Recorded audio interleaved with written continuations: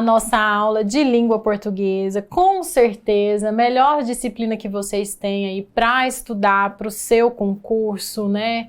Para a sua vida profissional, com certeza é a disciplina de língua portuguesa, né? E hoje nós vamos então trabalhar algumas classes de palavras, tá bom, pessoal? Nós vamos então começar falando dos artigos. Artigos. Pessoal, essa classe de palavra, ela é pequenininha, ela é fácil da gente entender, mas elas têm uma função importante quando a gente pensa lá nas regrinhas de concordância, tá bom? Que é um assunto posterior, mas já vale a pena a gente pensar um pouquinho nisso. Gente, para que servem os artigos, pessoal? Os artigos, eles servem para determinar ou indeterminar os seres. Tá? Primeira coisa, os artigos servem para determinar ou indeterminar os seres. O que é isso? Se eu digo, por exemplo, o aluno, eu estou falando de um aluno específico. O que eu fiz? Eu determinei, tá? Utilizo os artigos definidos para determinar alguma coisa. Agora, se eu digo um aluno, o que eu fiz? Eu indeterminei os seres, tá bom? Quais são os artigos que nós temos, pessoal? Já pegando o gancho nessa questão de determinar ou indeterminar. Nós temos os artigos definidos, artigos definidos, e nós temos os artigos indefinidos.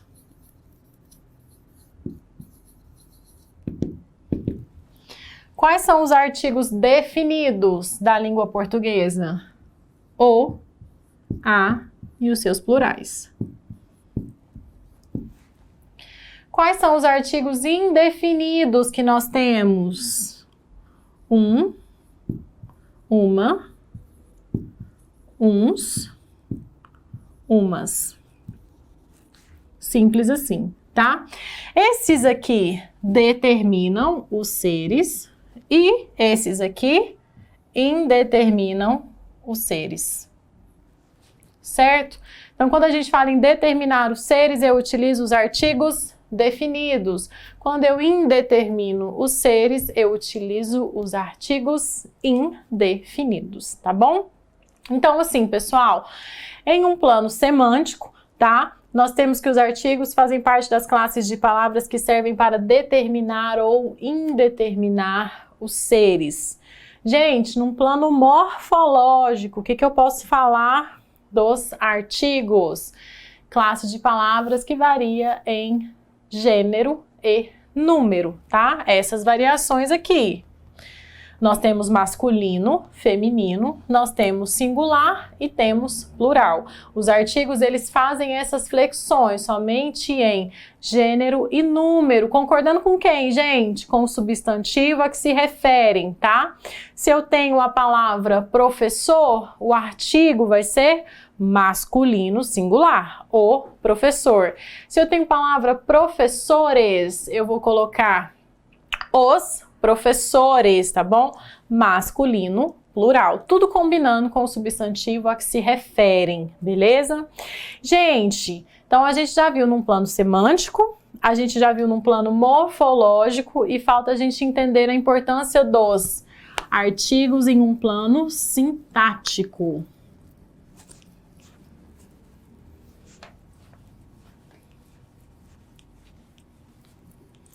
Importância dos artigos em um plano sintático, tá? Só deixando aqui, semântico. determina ou indetermina, nós já vimos. Morfológico, varia em gênero e número. E sintático.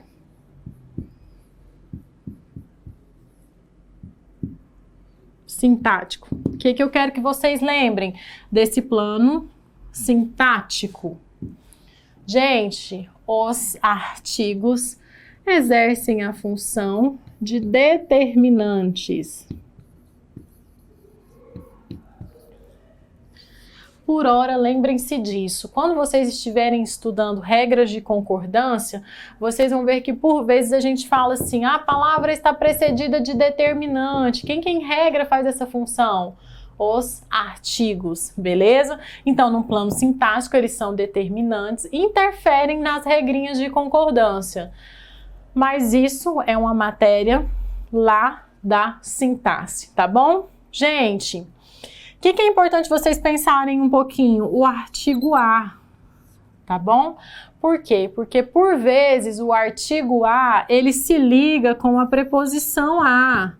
E aí a gente pode ter o fenômeno chamado de crase, que também é um assunto que será tratado em aula específica, mas já se lembrem que o fenômeno da crase acontece porque em regra a gente tem o artigo a ligado a uma preposição a, beleza? Gente, outro detalhezinho importante, falei isso na aula de substantivos e reitero para vocês aqui. Todas as vezes que vocês quiserem ter certeza, se nós estamos falando de um substantivo, o que você põe antes dele? O artigo, tá? Porque o artigo, ele acompanha substantivos determinando-os ou indeterminando-os. Inclusive, pessoal, existem algumas palavras que podem mudar a classe gramatical com a presença desse artigo. Só um exemplo para vocês, para a gente seguir.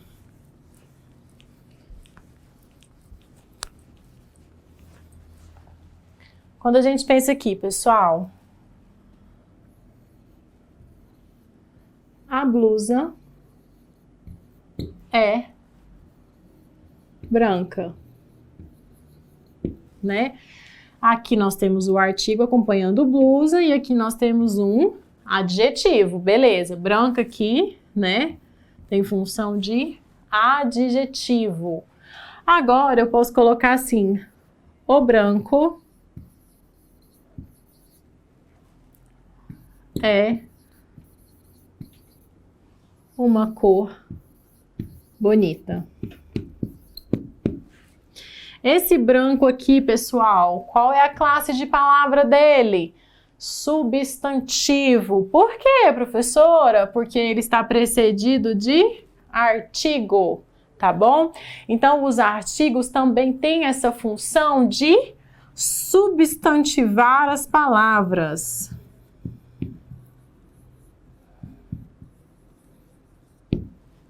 O artigo, ele é responsável por substantivar a palavra. Por isso que nem adianta você ficar decorando qual que é a classe da palavra ali rigidamente. Analisem a frase, analisem o contexto. Aqui, branca tem valor de adjetivo. Por quê? Caracterizou um substantivo, beleza? Aqui, pessoal, esse branco tem valor de substantivo. Eu só estou falando dele e ele está precedido de um artigo. Por conta desse artigo, a gente diz que ele sofreu uma substantivação. Beleza? Espero que vocês tenham compreendido. É isso que vocês precisam saber por hora dos artigos. Seguindo um pouquinho, vamos então trabalhar outra classe de palavras, que é a classe dos adjetivos. Classe dos adjetivos, pessoal. O que é um adjetivo?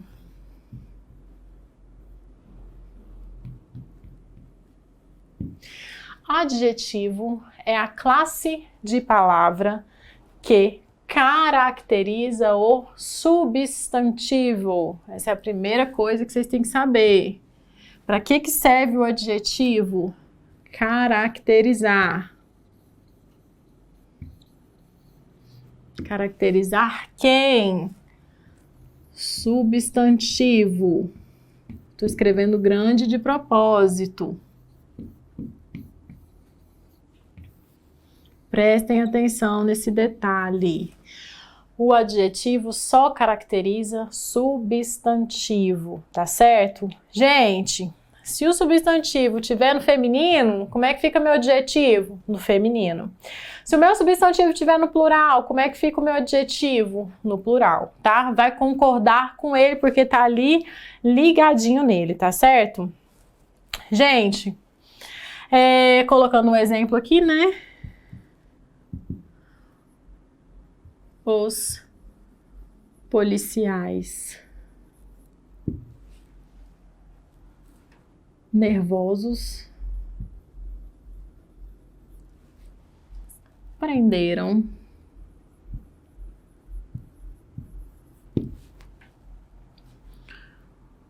o delinquente.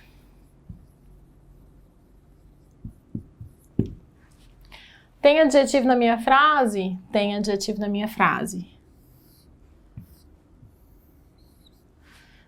Nervosos está caracterizando qual palavra? Policiais.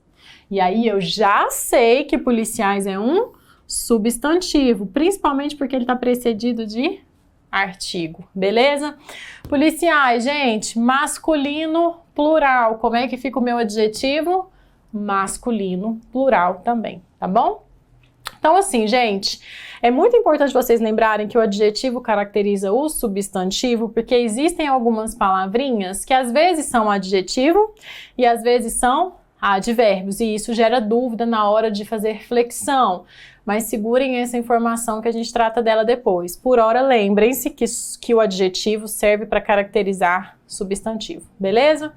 Gente, adjetivo é uma classe de palavras variável também, tá bom? O adjetivo também é uma classe de palavras variável, que pode sofrer variação de gênero, número e grau. Os adjetivos também podem sofrer variação de gênero, tá?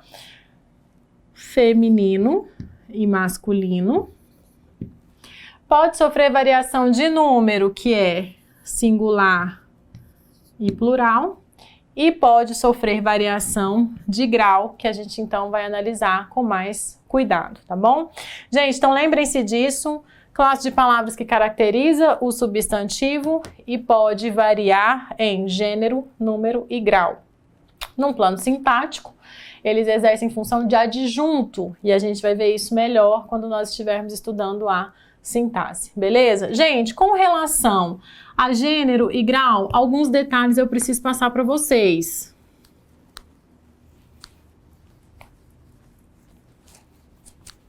Olha só, pessoal. Os adjetivos, com relação ao gênero, eles podem ser uniformes. O que é isso? Quando ele tem a mesma forma, tá certo? Por exemplo, a menina feliz, o menino feliz. A palavra feliz, ela continua ali da mesma forma, não é isso? Então, a gente tem um adjetivo uniforme. Mas ele pode ser também biforme.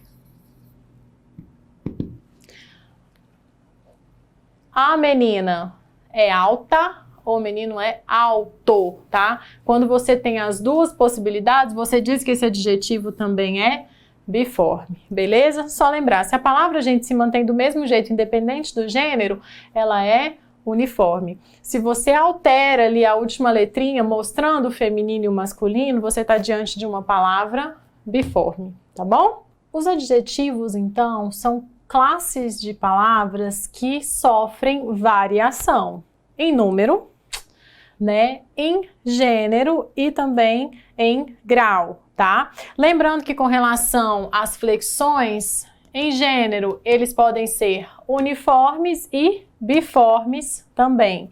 E uma outra classificação que vocês têm que lembrar é que os adjetivos eles podem ser simples e eles podem ser compostos. O que significa dizer que o adjetivo é simples? Só tem um radical, né? Um radical. E o que significa dizer que o meu adjetivo ele é composto? Ele tem 2 radicais.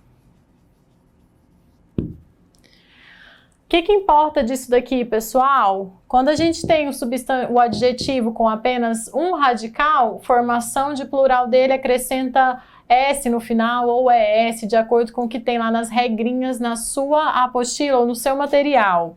Quando a gente pensa nos adjetivos compostos, adjetivo mais adjetivo, nós temos as particularidades. Somente o segundo elemento vai para o plural. Dá uma olhadinha lá no seu slide. Aqui, pessoal, olha só. Quando nós temos adjetivos simples, né? Bom, homem, bom, homens, bons. Beleza, você vai acrescentar o S com aquelas particularidades lá. Se os adjetivos são compostos, muda um pouquinho, olha só.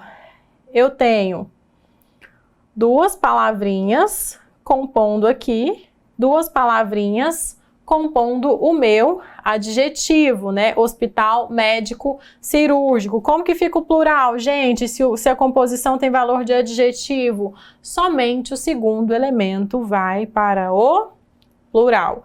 Com exceção do que eu falei para vocês lá na aula de substantivo surdo-mudo. Porque, gente, no caso deles, os 2 elementos ficam no plural, beleza? Tem que lembrar desse detalhezinho aí, tá bom? Então, com relação aos adjetivos, eles sofrem variação em gênero, lembrando que podem ser uniformes e biformes, e eles sofrem variação em número, né? Lembrando que pode ser singular e plural. Se o adjetivo for simples, você vai usar as regrinhas lá de colocar o S no final da palavra para formar ali ou plural. Se o meu adjetivo for composto, em regra, você só vai colocar plural na segunda palavra, tá bom? A exemplo do que nós temos nos nossos slides aqui. Beleza, pessoal? Só lembrando que algumas palavrinhas, né, são invariáveis. Por que é assim, professora? Porque a gramática aqui a gente obedece, a gente segue.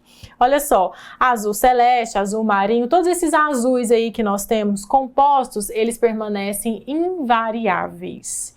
E os adjetivos também recebem flexão ou sofrem flexão em grau, tá? E esse é um detalhezinho que vocês vão aprender agora. Dá uma olhadinha no seu slide aí. Quando a gente pensa na flexão dos adjetivos, a gente tem que lembrar que eles podem ter graus comparativos, tá?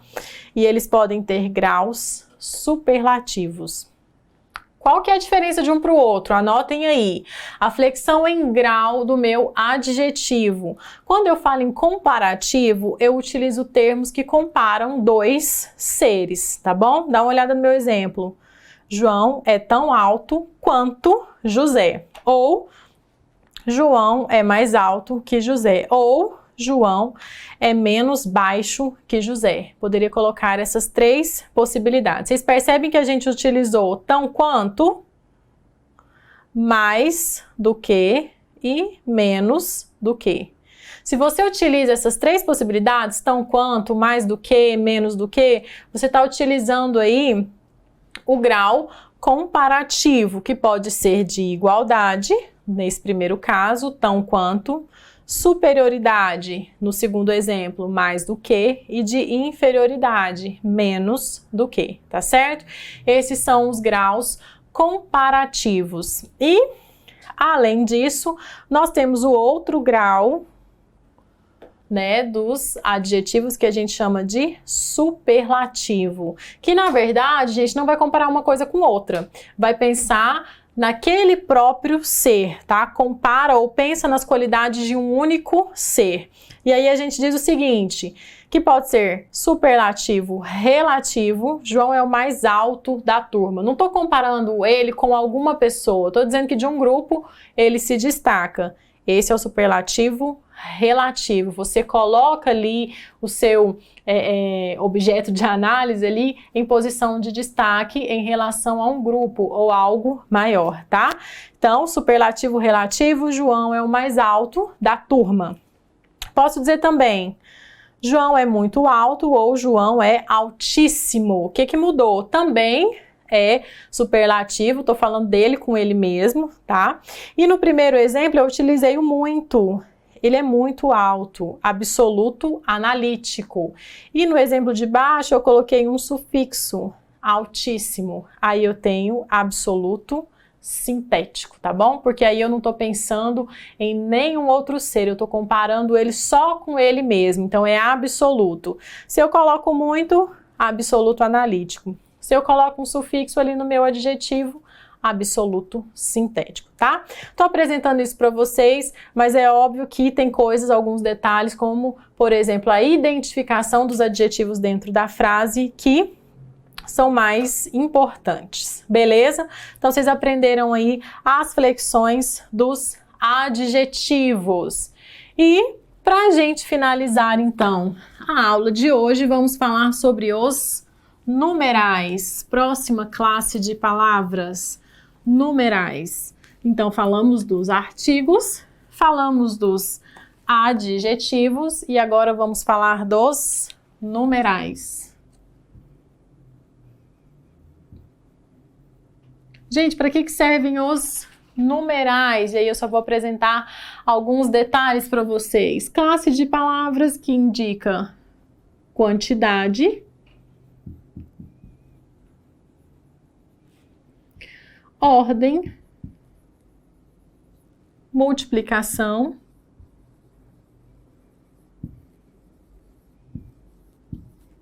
e fração. Em regra, indicando quantidade, nós utilizamos os numerais cardinais. 1, 2, 3, 4, 5, numerais cardinais. Indicando ordem, nós utilizamos os numerais ordinais. Primeiro, segundo, terceiro e assim por diante.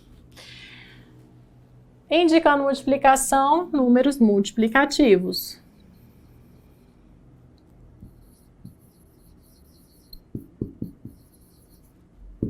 Indicando fração, números fracionários.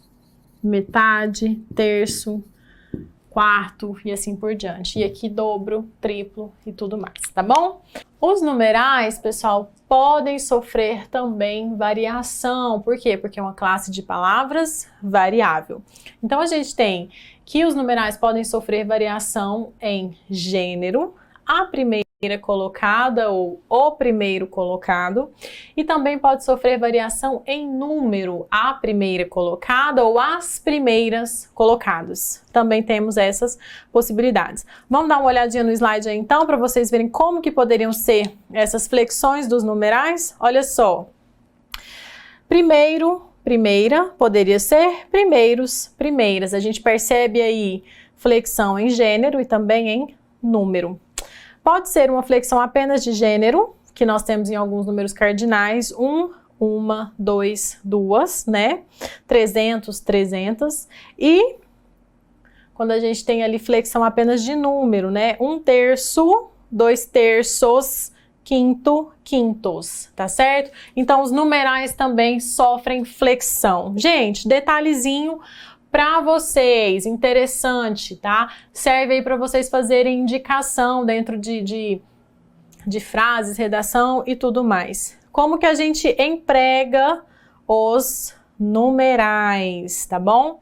Gente, quando nós estivermos falando de soberanos, papas, séculos, partes de obras e assim por diante, como que você marca? Até o 10, você utiliza o numeral ordinal. Do 11 para frente, você utiliza o cardinal. Agora, olha o detalhe. Quando a gente está falando de lei, muda um pouquinho, porque o ordinal ele vai até 9 e do 10 para frente, aí é o cardinal. Então, presta atenção nesse detalhe. Gente, nesses exemplos aqui, Henrique, João e o século. Até o 10, eu vou utilizar números ordinais. Por exemplo, século I, século II, terceiro, quarto, quinto, sexto, sétimo, oitavo, nono, décimo. Tá bom? Se eu estiver falando de soberanos, papas, séculos e partes de obras, até o 10 eu utilizo ordinal, décimo. Tá? Agora, se for século 11, aí eu já passo a utilizar o número cardinal, século 11, século 12, século 13 e assim por diante. Lembrem-se desse detalhe. Agora, se eu estiver falando de dispositivos legais, se eu estiver falando de artigos de lei, e às vezes o menino vai ali fazer uma prova de redação, ele gosta de citar artigo, como que ele faz? Se for até 9, aí você coloca ordinal. Do 10 para frente, cardinal. Beleza? Aí seria artigo 1º, 2º, 3º, 4º, 5º, 6º, 7º, 8º, 9º. Cheguei no 10, aí eu já falo 10. Não coloco mais a bolinha marcando esse ordinal. Beleza, pessoal? Conseguiram entender? Gente, para falar, último detalhezinho então, para a gente finalizar, se eu quiser indicar, por exemplo, tempo, né? O primeiro dia do mês, eu utilizo o numeral ordinal, tá? Do 2 para frente, numerais cardinais. Por exemplo, 1º de abril, dia da mentira, do 2 para frente, numerais cardinais, tá? São aí os detalhezinhos que eu tenho para apresentar para vocês sobre os numerais. Disso tudo, concentrem-se ali nos cardinais e ordinais, indicando séculos, obras e os dispositivos de lei. Eu vou ficando por aqui hoje, já vimos mais 3 classes de palavras. Bons estudos para vocês. Utilizem o material de apoio como base para vocês estudarem, porque lá tem uma série de informações a mais para vocês, tá certo, pessoal? Bons estudos e a gente se vê na nossa próxima aula. Até lá!